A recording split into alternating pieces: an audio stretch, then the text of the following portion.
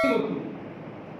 کتابوں کے اندر ایک واقعہ لکھا ہے کہ ایمان کتنی بڑی دولت ہے۔ فرعون کے محل میں ایک عورت تھی مشاطہ،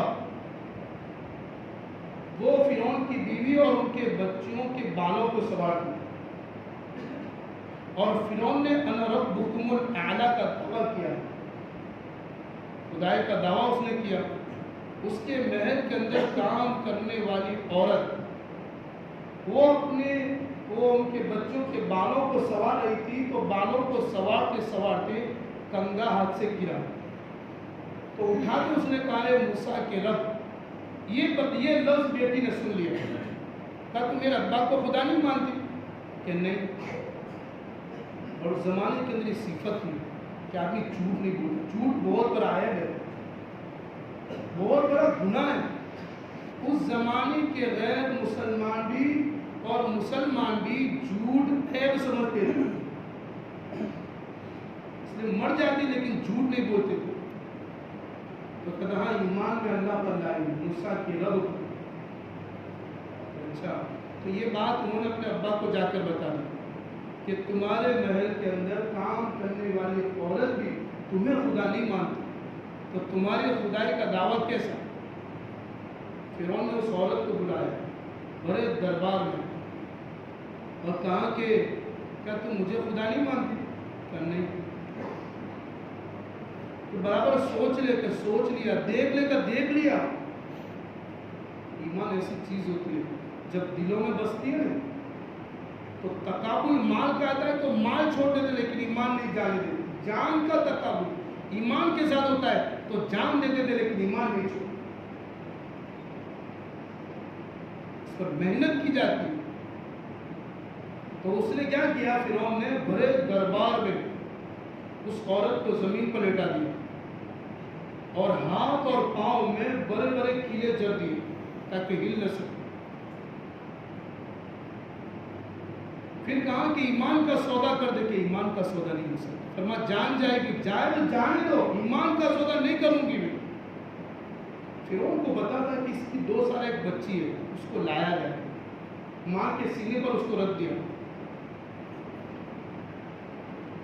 کہ دیکھ اگر تو ایمان کا سودا نہیں کرتی تو یہ بچی کی جان جائے گی، تو کوئی حرج نہیں۔ اس بچی کو ماں کے سینے پر ذبح کر دیا، 2 سال کی بچی۔ اتنی بڑی قربانی تو ہم سے نہیں مانگی جاتی۔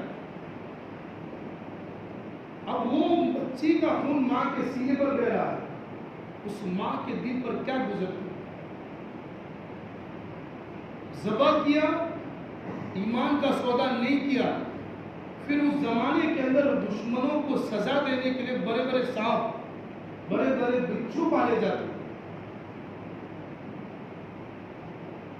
تو وہ بڑے بڑے بچھو اور سانپ لائے اس پر چھوڑ دیا، ڈسنا شروع کیا۔ ماہی پہ آگ کی طرح وہ عورت تڑپتی رہی، جیسے مچھلی بغیر پانی کے کیسے تڑپتی، ایسے وہ ماں تڑپتی رہی، لیکن ایمان کا سودا نہیں۔ جان دے دی اس نے۔ اب یہ کارگزاری اس نے اپنی بیوی آسیہ کو سنائی، تو آسیہ نے کہا تجھے شرم نہیں آئی، تجھے دکھ اور احساس نہیں ہوا کہ ماں کے ساتھ تو کیا لیکن اس بچی نے تمہارا کیا بگاڑا، اور ہنس کے وہ کارگزاری سنا رہا۔ 3 مرتبہ یہ الفاظ جب اس نے دہرائے نا آسیہ نے، تو فرعون کو ڈاؤٹ ہوا کہ یہ مسلمان ہو چکی ہے، یہ ایمان لائی ہے۔ کیا تم بھی مسلمان ہو چکی ہے؟ کہا میں ایمان میں داخل ہو چکی ہوں۔ فرمایا دیکھ آسیہ کیا بولتی ہے، کہ میں صحیح کہہ رہی ہوں؟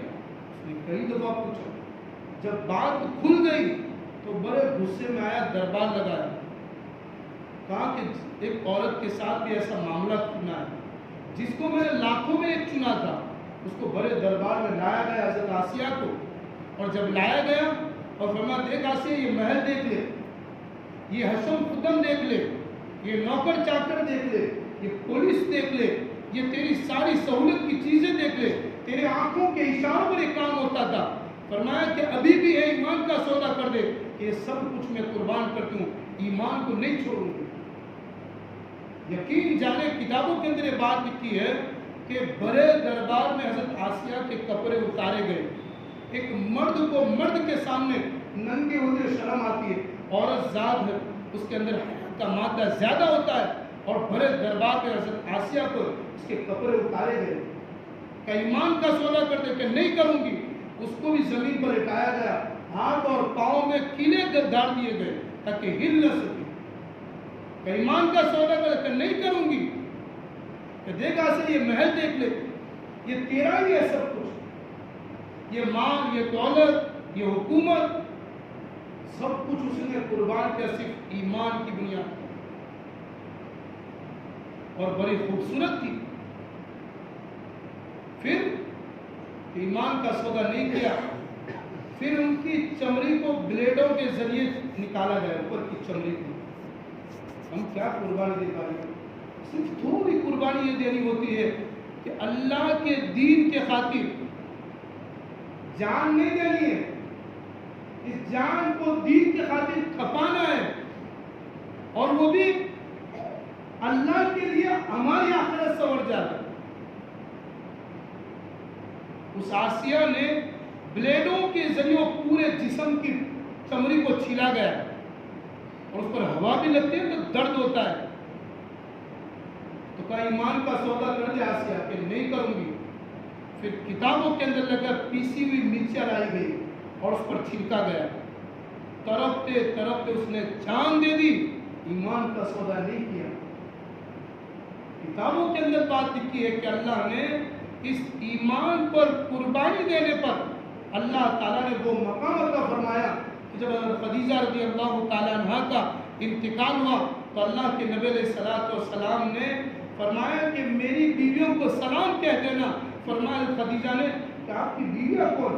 میں سب سے پہلے آپ کی بیوی ہوں، کہ اللہ نے حضرت مریم، حضرت خدیجہ سے، حضرت آسیہ، حضرت مریم سے میرا نکاح کر دیا ہے، آسیہ اور حضرت مریم علیہ السلام سے میرا نکاح کر دیا، یہ مرتبہ ان کو ملا۔ میرے بھائی اتنی قربانی ہم سے نہیں مانگی جاتی،